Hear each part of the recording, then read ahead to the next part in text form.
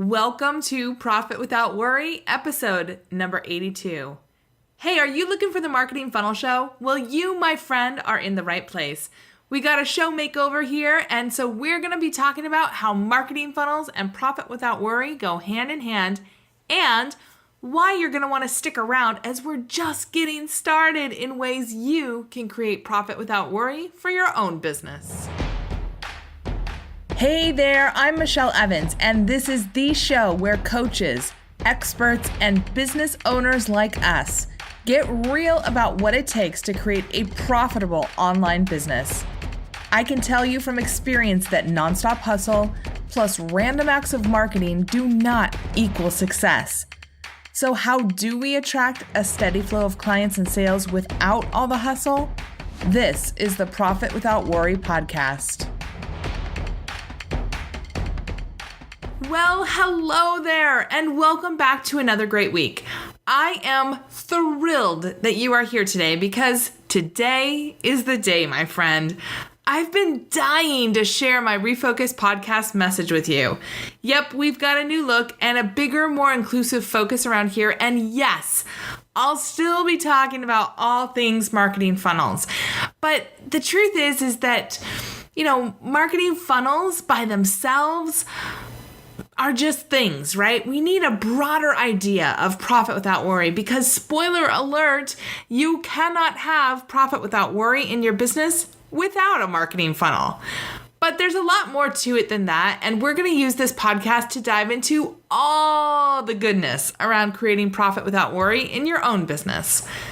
For me, profit without worry means that I can sleep at night because I trust my business to support me. I have systems in place. It means that I can go on field trips with my kids. It means I can take unexpected time off when I'm sick or when we have 2 long weeks of snow days in February, which never happens in Seattle, where my kids are climbing the walls and driving me nuts and I cannot work. It means I've got space to support my business, right? Profit without worry happens because I have systems in place that work 24 hours a day, 7 days a week, so I don't have to worry. So I don't have to guess. So I don't have to hustle to get the results that I want. And once it's set up, I just let my marketing funnels run. Profit without worry means that I have a business, not a hobby fueled by hope, fear, and a prayer. And I want that for you too. Let's take a step back in time because I'll be honest with you, over the last 7.5 years of running my business full time, I haven't always had profit without worry. In fact, for the majority of the time, I had little profit with a whole lot of worry. And looking back at my journey, I can see there were 3 phases I went through in my business. See if any of these sound familiar to you. Phase number 1 was my guesswork phase. I'm not gonna lie, I absolutely hated this phase of my business when I was in it. In the guesswork phase, I was trying to figure out what the heck my business was even really about. I was nervous to share my message. I hid behind my computer screen, and I didn't feel like there was anything special or unique about what I had to offer. I also call this the sweaty palm stage because every day I'd have a pit in my stomach and nervous feelings about what I should do, what other people were doing, and how completely inadequate I felt compared with other people, which led to a lot of anxiety and second guessing of myself. I was guessing as to who I should be and what I should say, what I should do, where I should go, like all of it. I was guessing about what my message was. It would take me 2 to 3 hours each day just to come up with a single Facebook post. I'd spend forever trying to find the right image, say the right things, and it was overwhelming to say the least. And writing a blog post, forget it. I'd get one out every 2 to 6 weeks if I was lucky, and sometimes months would go by before I'd force myself to sit down and write. I didn't know what to say. I didn't know who I was talking to. I didn't even know what I was really trying to accomplish by checking the box, right? And my email list, Yeah, I pretty much ignored them.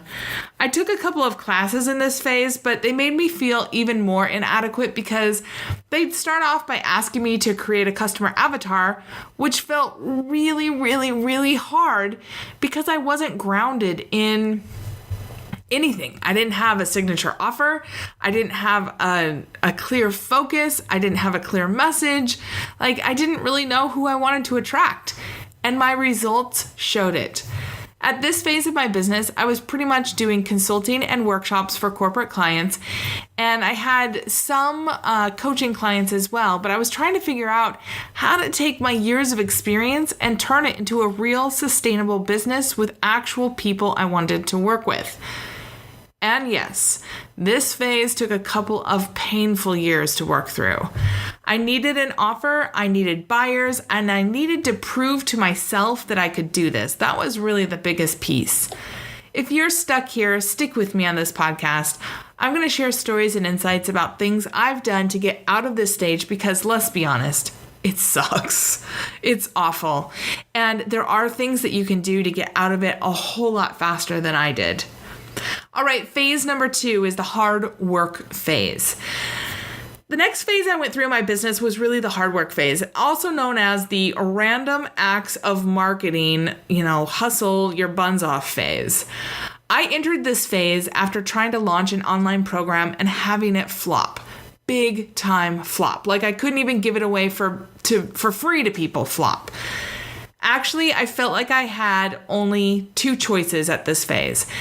Either I would go back to the corporate world and I had gotten a great offer from Microsoft and it was really interesting, or I could ferociously commit to my business and do whatever it took to make my business work. Honestly, I decided to do whatever it took and I went all in on my business, but it wasn't an easy decision, and it took me about 8 weeks to really come around to making it. In fact, I decided to put my money where my commitment was, and I joined a 12-month mastermind program that was $30,000 because I reasoned to myself, what better way to commit than to get a super successful mentor, right? So the person who led this mastermind is a 7+ figure a year coach. And she had a really good sales pitch about the peers and the coaching that I'd get in this mastermind to hold me accountable. And, she just said, are you going to do whatever it takes? Well, that was a major, very expensive lesson learned there. The truth was, I love my peers in the mastermind. And in fact, I'm still connected with just about all of them today. That was a major benefit that came out of the mastermind.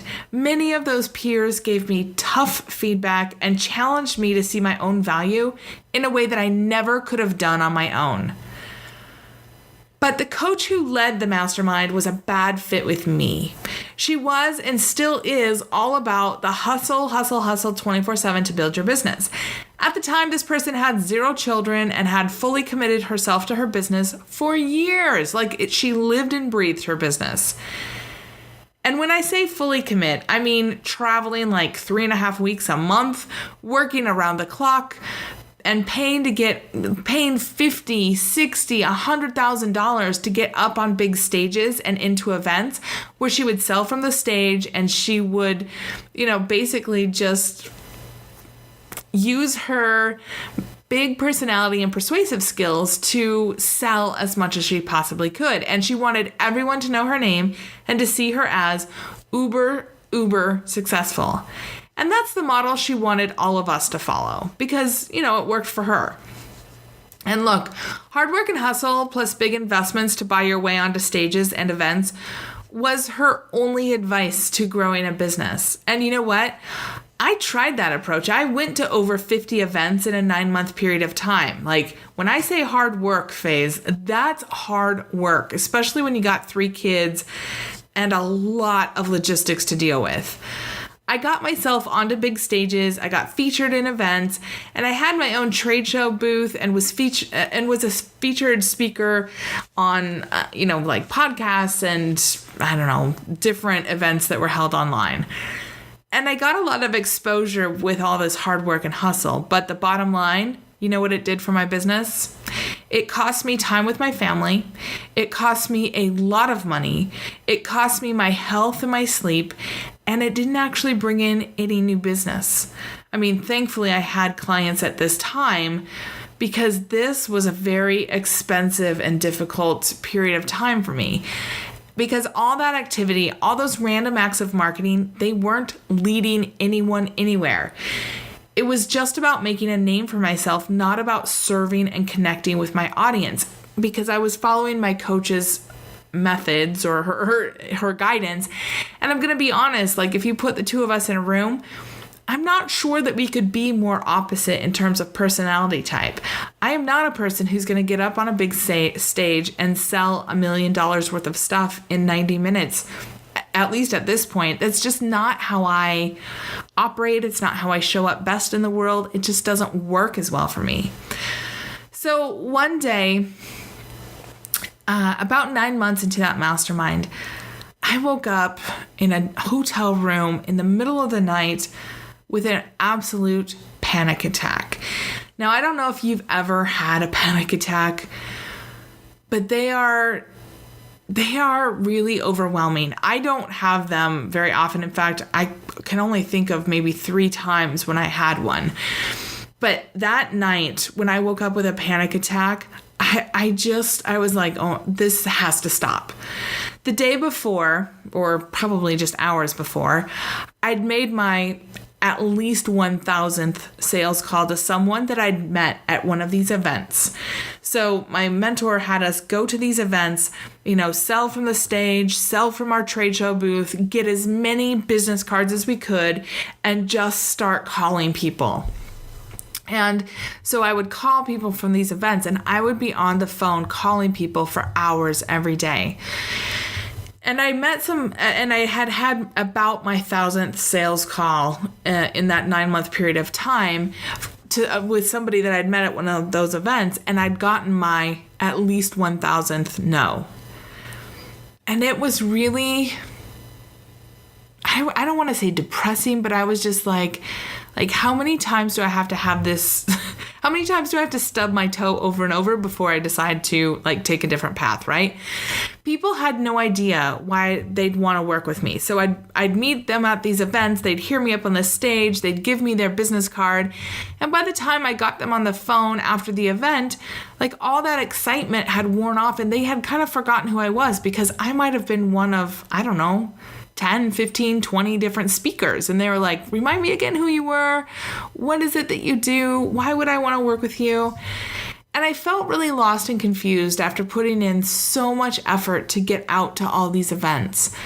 I knew that I had to change what I was doing, because all the events, all the travel, all the money, all the time that I was missing out with my kids and my husband, it was costing me my sleep, my health, and my happiness. And I asked myself a simple question: what's missing here? And that's when I entered the 3rd phase in my business, which is where I am right now. And that's the framework phase. You see, it was at that point that I realized my business was built on only one thing: me. And I couldn't do it all by myself all the time. If I got sick, nothing happened in my business.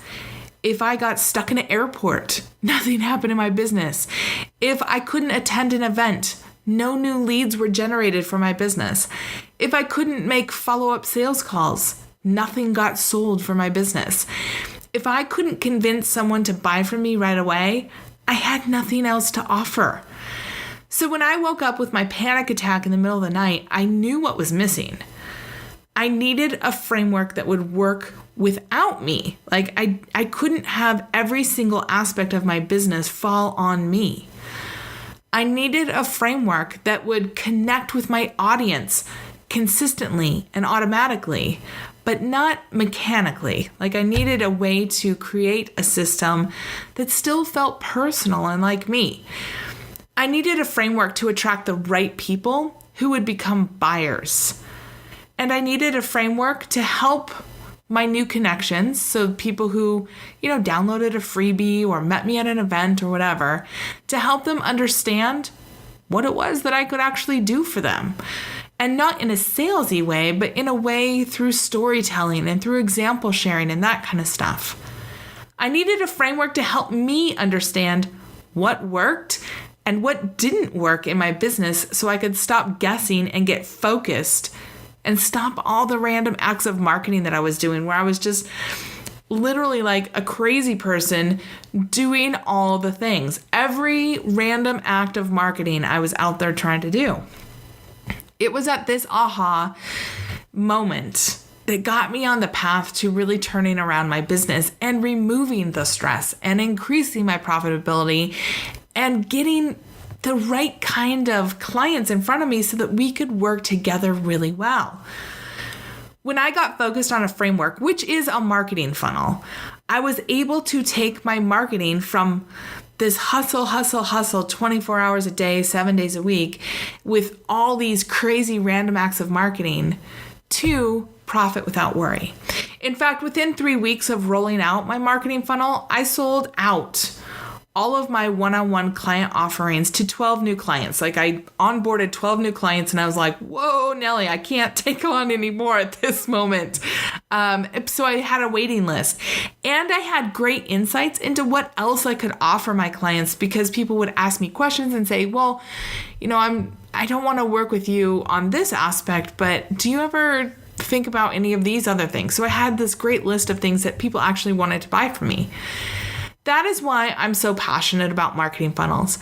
I want all coaches, all experts, all online business owners to have this framework for profit without worry. And for me, that marketing funnel framework became the foundation that supports any marketing effort that I do. So no more disconnected random acts of marketing.